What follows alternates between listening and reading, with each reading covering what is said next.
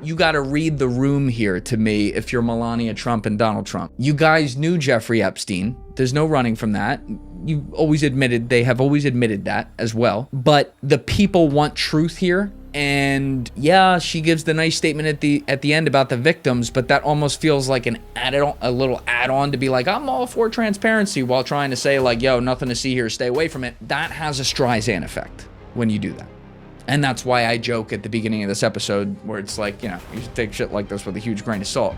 Like, what are they really trying to do here? And I said that I would get to her 1998 meeting with Donald Trump because the two people that are in many different rumors, and that is what I will call them, rumors that are based on sources who claim to have knowledge of those situations. There are two people that have been heavily rumored to have introduced Melania Trump to Donald Trump. The first one we'll start with is Jeffrey Epstein, and there needs to be a huge grain of salt on this because the person making this claim is someone that's in the Epstein files all over the place named Michael Wolff.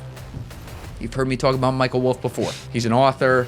He recorded all these people with their permission in 2016, 2017 while he was writing Fire and Fury, which was like the first expose book of like the first Trump administration. It caused a huge shitstorm. And basically like his main source of all the many sources he had in that book was Steve Bannon, which made no sense to me because Steve Bannon knew that Michael Wolff was like a mainstream left-wing journalist. Yeah. And yet Steve Bannon, who, regardless of what you think of him, is a very smart guy. Scheming. Let him record him for hundreds of hours or whatever it was, and then looked like the biggest idiot in the whole book. And let me actually even defend Steve for a second. Let's say it was 100 hours total. I don't remember what the total recording was. He probably used the fucking 8 hours of those that sounded the worst and also cut out an extra 9 hours that might have given some context to the 8 hours that would have made it sound at least a little bit better, even if it wasn't good, to write his book.